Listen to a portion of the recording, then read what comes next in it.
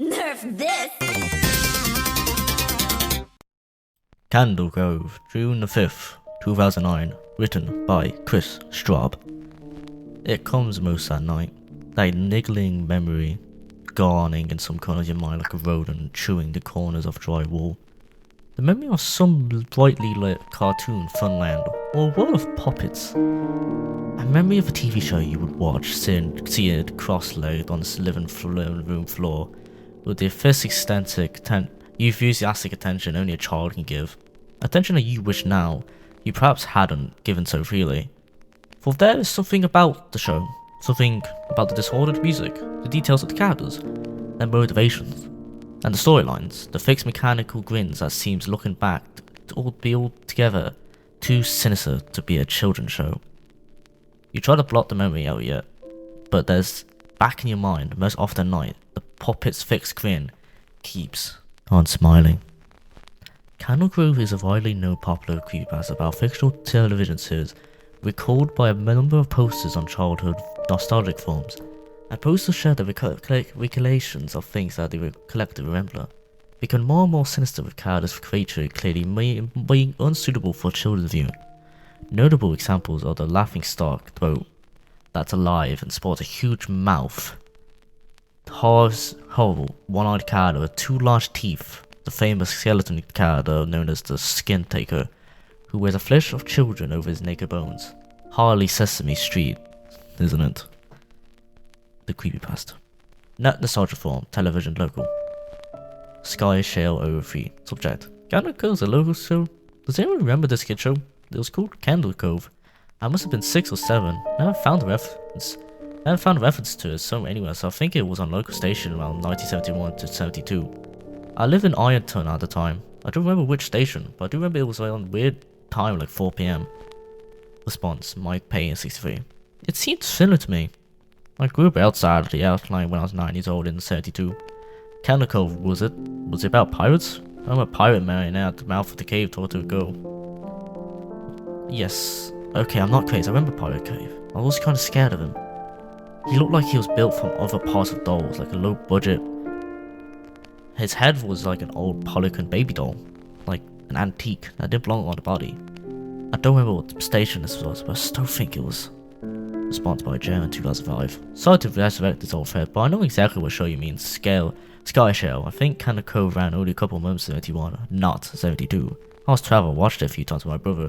It was channel 58, the station, whatever that was. My mum would let me switch to it after the news, let me see what I remember. It took place in Cande Cove and it was about a little girl who imagined her friends to be with pirates ships called the Laughing Stock. The pirate Parsi wasn't as good pirate because he was too scared too easily. There was a caliber music constantly playing. Don't remember the girl's name, Janice or Jade or something. I think it was Janice. Thank you, Joan. Memories fall back to when you mentioned Laughing Stock on channel 58. I remember the bow of the ship was a wooden smile face, and the lower jaw submerged. It looked like it was swallowing the sea. An awful edited wind voice and laugh. I remember how jarring it was when he switched from wooden plastic model to the foam puppet version of the head I taught. Haha, I remember now too. Do you remember the part Scarwell's You Have to Go Inside? Ugh my, I got a chill reading it. Yes, I remember. There was a ship told Percy there was a local spooky place he had to go to, a cave or a dark room, where the treasure was, and the cameraman would push in on Laughing Stock's face with each pause, you have to go inside, with his eyes askew and the flopping foam mouth and the fishing line that opened and closed. Ugh, it looked so cheap and awful. Guys, remember the villain? In the face out just had a handlebar mustache about really tall, narrow teeth. Kevin Hart? Honestly, thought the villain was Pirate Percy. I was at 5 when this show was on. I met a few. That wasn't the villain, the puppet with the mustache. That was the Laughing Stock villain sidekick. Always horrible. He had a monocle too, but it was on top of the mustache. I used to think that he had only one eye. But yeah, the villain was another marionette, the Skin Taker. I can't believe they were what they last watched back then. Jesus Christ. Skin Taker? What kind of kid shows were we watching? I seriously could not look at the screen with the Skin Taker show. He just descended out of nowhere on his strings, just a dark skeleton wearing that brown top hat and cape. And his glasses eye were too big for a skull. Jesus almighty. Wasn't his top hair clothed all soon? Crazy. Wasn't that supposed to be a children's skin?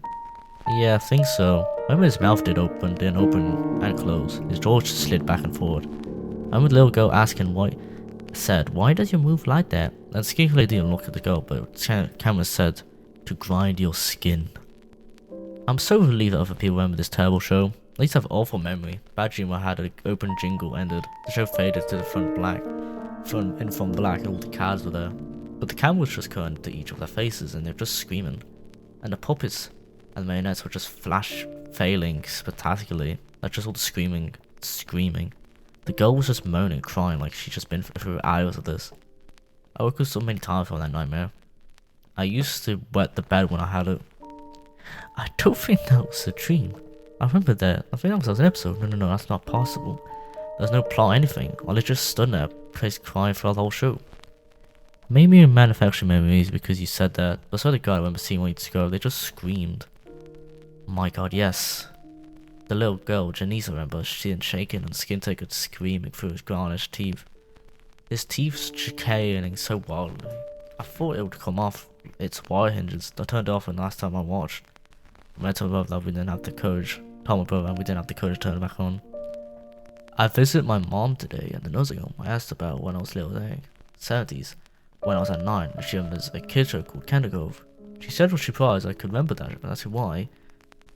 And she said because I used to think it was strange that you said I gonna watch Cove now, Mom, and then you wouldn't tune into Tadic, just watch Dead Air for 30 minutes.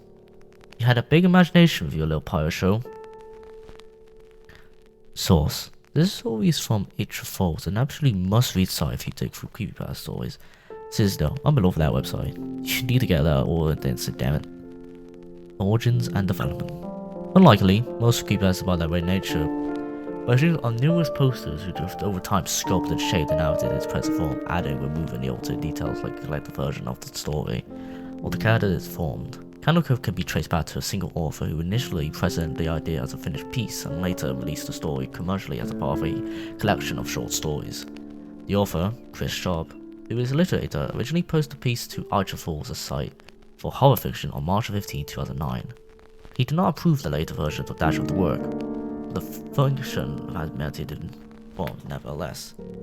What is interesting about the better is how meta it became when you consider the story was inspired by creepypasta genre as a whole, and that way it became popular creepypasta itself. It's it imitated the way others creepypasta formed. Well, what? I'll explain. Cove is written in a form known as epistolary form. This means basically made up because responses from different characters, where the main plot is revealed or played out by the interactions between them. Back in the day, this is usually the first letters between characters, or actually has for direct entries. Think of a comic classic like Dracula. It isn't written as a third-person narrative. Then he walked up the creepy castle, but it's actually pieced together by letters and telegrams and diary entries, collected of Epsley's therefore exploratory. In the modern update, the Epsley structure was adapted by Straub to create a story not as a linear story, but as if it was exchanged between posters on the nostalgic forms. Straub written all the creatures framed the story as several injuries, saying that memories on a fictional show become more and more disturbed as they shed less and less childless friendly details, and might each other elements that previously forgotten but were vaguely haunted by. Scholars have noticed that success of Cove can be linked out to do verisimilitude for those who don't know what that means, pretending very well or maintaining appearance or voice. The fact that Straub was able to successfully convince an unwitting reader that this story isn't an interaction between different posters, learned in voice, and characters rather simply construct of one man example of verisimilitude. It's this and desire to represent the piece as real interactions that led the story being spreaded as a creepypasta but without Straub's approval. As it picked and shared, the multitude of writing made it possible for the readers to suspend their belief and to look at the piece of it. Generally, it was a collection of posts on form. This then led to the evolution of the narrative as the authors began writing their story, their recollection of the characters and the show, adapting and extending the existing details. What is interesting is that the story then spread onto other forms, where it adopted a new and improved shapes but maintained the verisimilitude being represented on newest forms, as if it was a real show. The original story was posted to creepypasta.com in June 2009. Within a month, it was possible to find YouTube videos discussing the show by the close of the year. By the close of the year, 4chan, Reddit as former dedicated forums to horror and shows, such as TV.forums, actually like UK, featured a discussion between posters about the fictional show, and some of the contributors sharing their exposed memories. Example of such an unsanctioned evolution can be seen in the fact that there is now existing wiki for Cande created in 2011. Then that lists the episodes describe the content of those episodes for the fictional show. There's even a list of the novel, The Knickerbocker's Tales, a short story written in 1767, upon which the series is supposedly based, and which within the wiki represent as it did actually exist, inspiration of the series that also did not exist. The strange meta evolution story became circle when the Cande was cited as one of the stories that be used in Scythe's Channel Zero series, meaning that in the end the fictional story would be developed as a part of an actual show. Ebler not aimed at youngers. Straub has cited an article on the Saturday Humor on site that The Onion being participation of the Cande Cove. The article was about a man who still experienced nightmares about a show he used to watch on a public access television as a child. While he is protected of his copyright ownership of the idea, Straub has acknowledged the abduction of his work by others, and subsequently morphing alteration is inevitable.